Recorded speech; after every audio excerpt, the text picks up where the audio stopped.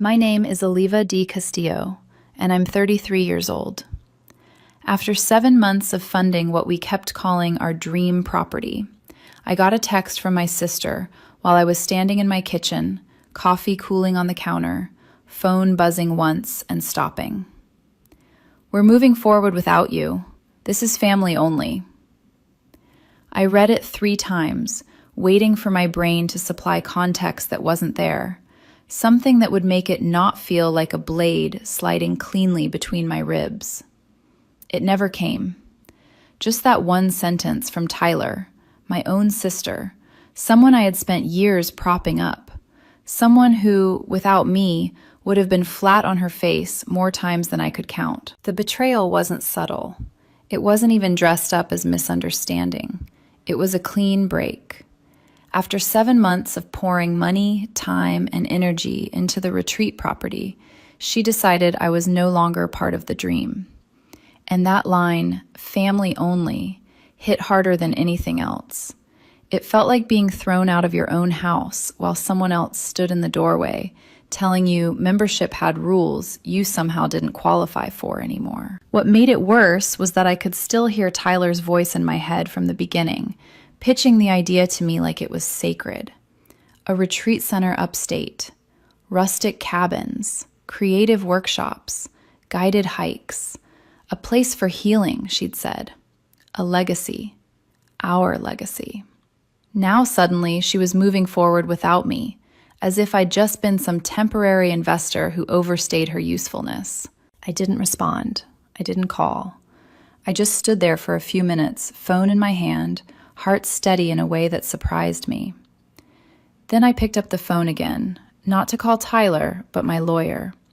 Within 2 hours, I had a notarized withdrawal from the property deal. By midnight, I'd requested a freeze on the joint business line we'd been using to fund operations. That line existed because of my credit, my money. I had started the LLC back when Tyler couldn't even keep a checking account from overdrafting. She didn't see it coming. The next morning, when she tried to use the card for a bulk materials order, it was declined. And suddenly, the sister who didn't have time to call me before cutting me out of the project was blowing up my phone. Voicemail after voicemail, text stacking up. I didn't answer any of them. I just watched the notifications pile up like evidence. By noon, the panic escalated into emails from a lawyer named Brent, full of vague threats and dramatic demands to restore access. Tyler must have fed him a carefully edited version of the truth, because he seemed to think I was some jealous partner acting out. I didn't reply. Let them burn money on posturing. Then my mother texted. She started with guilt, slid into nostalgia, and ended with tears. "This isn't like you," she wrote. "You're tearing this family apart." I didn't feel angry reading it. I felt clear. I replied, "No, Mom, I'm just finally walking away from the fire." She never answered that. It had always been the same pattern. Tyler would screw something up and I'd clean it up. Then somehow I'd be the problem.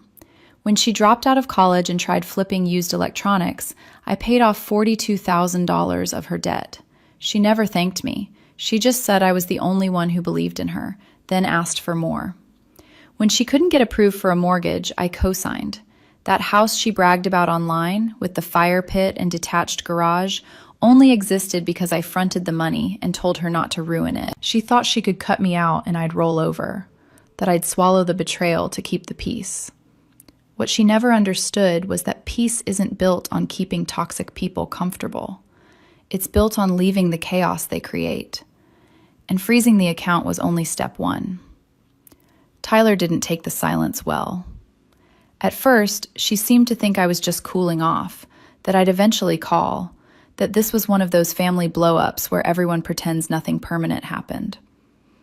What she didn't understand, what she never understood, was that silence from me wasn't hesitation, it was calculation. By the second day, the voicemails stopped sounding concerned and started sounding panicked.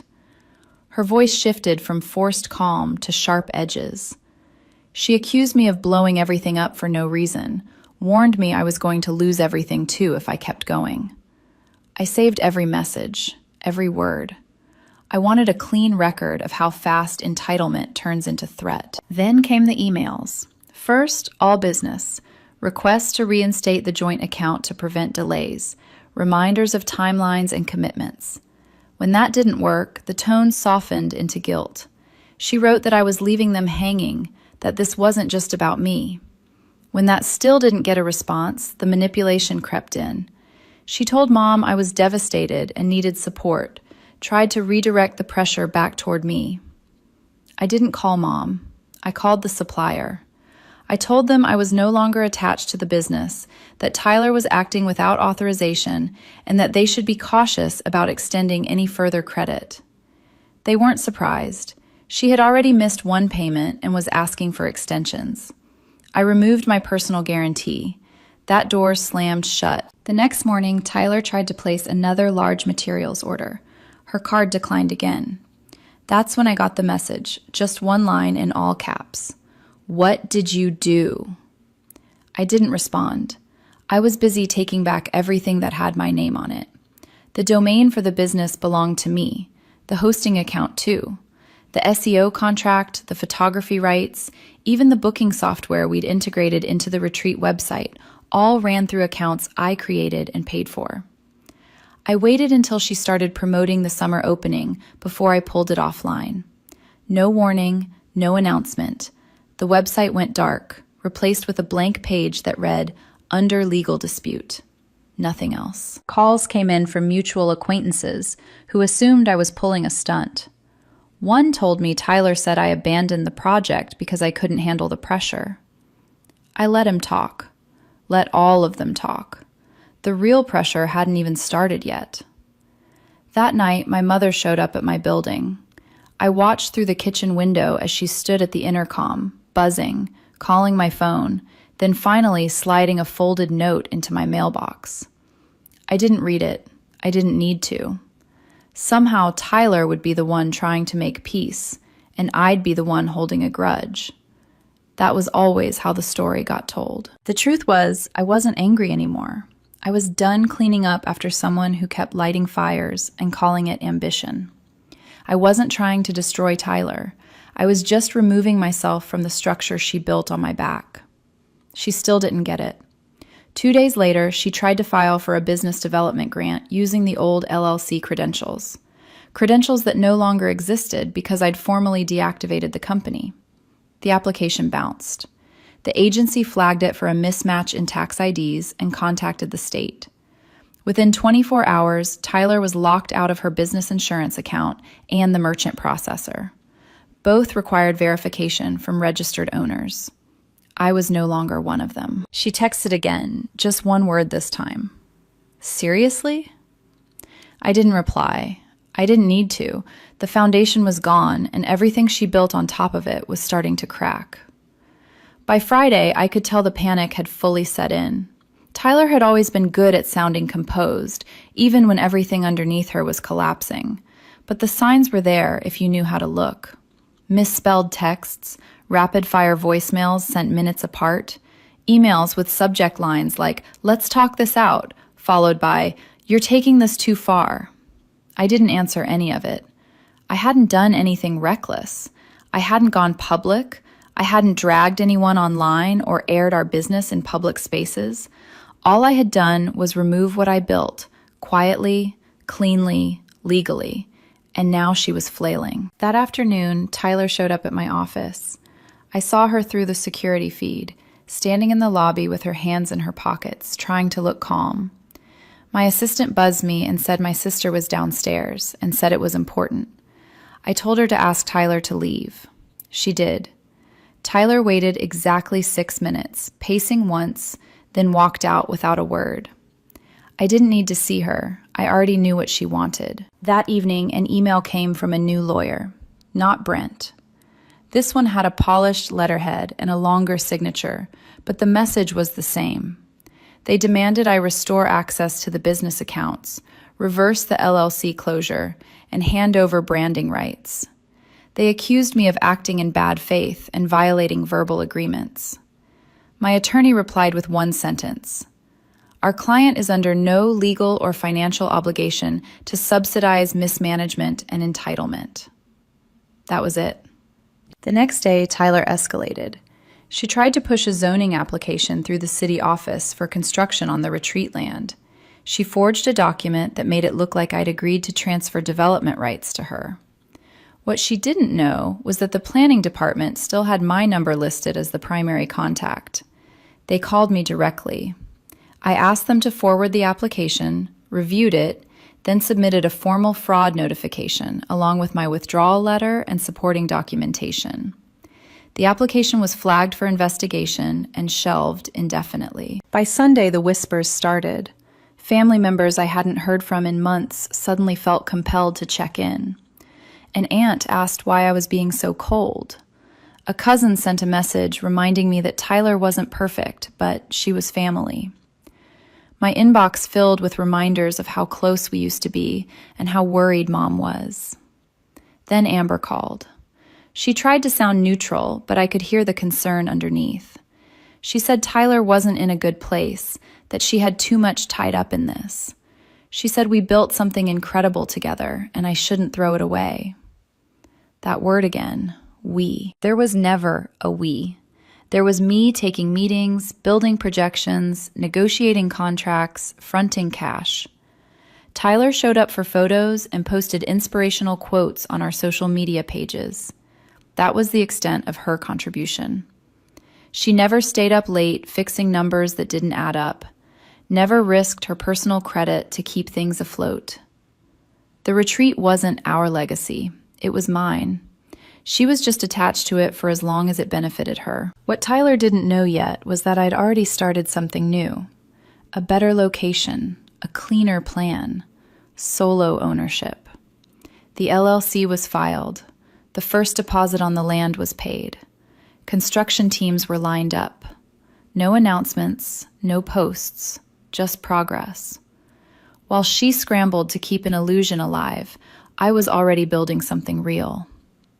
By the middle of the next week, Tyler stopped contacting me directly, not because she'd accepted anything, but because she finally understood I wasn't engaging.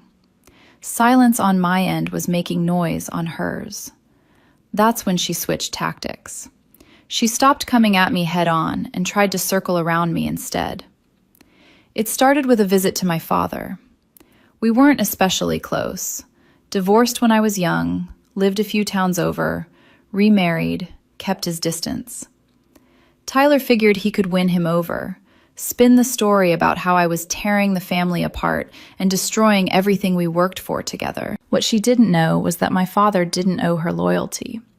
He pulled me aside once years ago and said Tyler always acted like the world owed her something. So when she showed up at his door with half-truths and wounded eyes, he told her something simple. If Olivia cut you off, you probably earned it. Tyler left 15 minutes later. Then something unexpected happened. I got a message from Julia, one of our former suppliers who ran a reclaimed wood shop we used early on. She said Tyler tried to place a large order under the old company name, promising I would clear the invoice. Julia declined and warned me because Tyler seemed desperate. That's when I realized she wasn't just spiraling. She was trying to rebuild the entire project without me, without money, and still using my name like a master key. A day later, I got a call from a man named Roman. He introduced himself as a private investor. Tyler had pitched him a lakeside retreat that was supposedly nearly complete. She dropped my name several times during the pitch. Roman said the deal felt off. Tyler was pushing urgency, glossing over details. He Googled me, then called. I asked him to forward the proposal. He did. I printed it and handed it straight to my lawyer. Using my name and reputation to solicit investment crossed a line that couldn't be smoothed over. The cease and desist went out that afternoon, carefully worded, firm. Any further use of my identity or association with the business would result in immediate legal action. I knew it would land hard. Tyler couldn't run the story anymore. That night, my mother called again. This time she didn't cry. She just said Tyler was talking about selling the house, the one I helped her buy. She tried to refinance and couldn't qualify. Investors were backing out. The website was gone. The retreat had vanished. I asked my mother what she wanted me to do. She said I used to be Tyler's anchor. Now she was drifting. I didn't say that anchors only drag you down if you let them. A week later, Tyler went quiet. The dangerous kind of quiet. Then I got a message from Jason, an old contractor we'd stopped using after Tyler pushed him out. Tyler offered him a cut of a new build, claimed I was still involved. Jason thought it sounded shady and warned me. I forwarded it to my lawyer. The enforcement notice was updated. That same afternoon, Tyler went live on social media. Standing on the porch of the unfinished retreat house, talking vaguely about betrayal and people who don't want to see you succeed. She never said my name, but the comments did. She looked exhausted, rambling, holding on to an image that no longer existed. 2 days earlier, I'd quietly contacted the county and flagged the property for abandoned construction. No valid permits, no inspections. They posted a stop work order, a red sign nailed to the gate. Someone sent me a photo. That was the moment I knew she'd run out of exits. 3 nights after the stop work order went up, my mother showed up again. It was just after 9, dark outside, quiet in that way that makes everything feel heavier. She buzzed the intercom once, then again. I didn't answer. 5 minutes later, she left a voicemail. Her voice was tired, not angry, not pleading, just resigned. She said Tyler was selling the house. I already knew. A friend in real estate had messaged me that morning. The listing went up low and urgent, the kind that tells everyone exactly what's happening without saying it out loud. My mother ended the message with, "You have to at least talk to her. You're both my daughters." I listened once. Then I blocked her number. It wasn't impulsive. It wasn't revenge. It was clarity. Every time Tyler crossed a line, my mother handed her a ladder and told her to climb. The house sold fast, undervalued, a fire sale. Tyler never posted about it directly, just a single story with the word "onward" over a photo of her belongings stacked in a storage unit. People flooded the comments with sympathy, telling her to stay strong, as if everything that happened was just bad luck. She never said my name, but I could see the pattern. She was rewriting the story again, framing herself as the one rebuilding after betrayal, not the one who burned through trust and resources until there was nothing left. I got one last email from a lawyer I'd never heard of. The tone was different, not aggressive, almost meek. Buried in the legal language was a suggestion that we return to negotiations and consider an equitable solution. There was nothing left to negotiate, no property, no business, no shared future. My lawyer didn't respond. Neither did I. That night, I scrolled through my blocked list and finished what I'd been avoiding. Tyler was already there. My mother, an aunt, 2 cousins. Sharon, who kept calling to tell me I'd made my point and should come home, wherever she thought that was. 6 names, 6 exits. It didn't feel dramatic. It felt overdue. For the first time in months, my phone was quiet. I slept better than I had in years. A few weeks later, the builder at my new property called. The second cabin was ahead of schedule. The trails were cut, the deck overlooking the water was finished. They'd installed the wood-burning stove I'd wanted from the beginning. I drove up 2 days later. The air was cold and still. The lake looked like glass.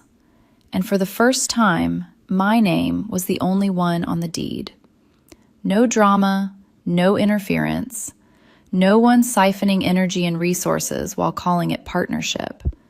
Just me standing on land I owned, on something I built without apology. I didn't feel triumphant. I didn't feel like I'd won. I felt done. Tyler was still out there somewhere. Last I heard, she was renting a 1-bedroom in a city she used to mock, trying to sell refurbished patio furniture online, talking about turning pain into purpose. A few people liked the videos. A few commented. I didn't watch them. I don't hate her. I just don't know her anymore. The retreat booked out for the season. 3 cabins, a main lodge, a small team I chose carefully. People who show up, do the work, and don't take more than they give. I didn't build it to prove anything. I built it because I finally had space to create without constantly managing someone else's damage. A month later, a letter showed up at my business address. No return address, handwritten. I recognized the writing immediately. Tyler. I didn't open it. I burned it in the fire pit behind the main lodge as the sun went down. Not out of anger, not even out of spite, but out of peace. Some bridges aren't meant to be crossed again. They're meant to be left behind. I've been no contact for 6 months now. No slip-ups, no late-night curiosity. Just quiet. The kind of quiet that comes when you finally stop explaining yourself to people who never listened in the first place. Tyler had chances, so many of them. Every time she chose herself. That's not family. That's just someone using the word to keep a door open. The door is closed now, and it's going to stay that way. People assume that after everything ends, after the last message is blocked and the last bridge is burned, there's some kind of emotional aftershock. A moment where you regret it. A night where you wonder if you went too far. I waited for that. I expected guilt to creep in when the adrenaline wore off. It never did.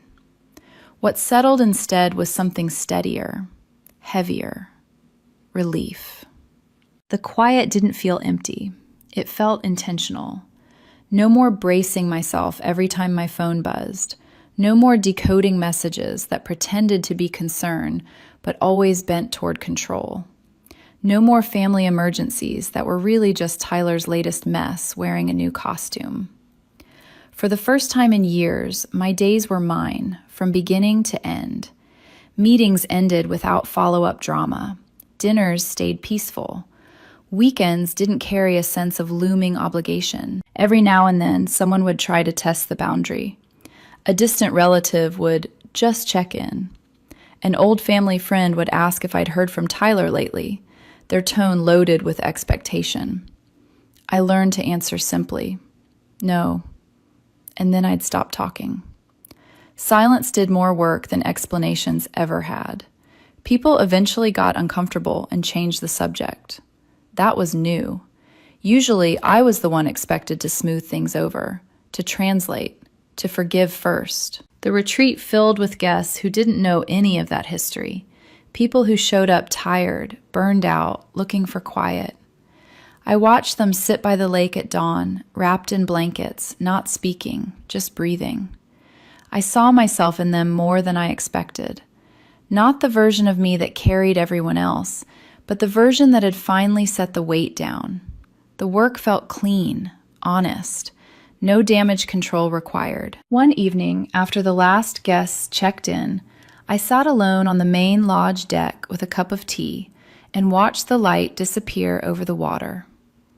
I thought about Tyler, not with anger, not even sadness, but with distance, the kind that lets you see patterns clearly. She hadn't failed because she lost the retreat, or the house, or the business. She failed because she never learned how to build anything without standing on someone else's shoulders. And I failed her once too, by making that possible for so long. That realization didn't hurt the way I thought it might. It felt like closure without reconciliation, an ending without a conversation. Some stories don't wrap themselves up neatly. They just stop demanding your attention. And that's enough. I don't know if Tyler will ever understand what really happened. Maybe she still tells it as a story of betrayal. Maybe she still believes she was entitled to everything she lost. That part doesn't belong to me anymore. What belongs to me is the life I built after I stopped trying to save someone who didn't want to be accountable. The retreat lights came on one by one as night settled in. Warm, steady. I went inside, closed the door, and didn't look back.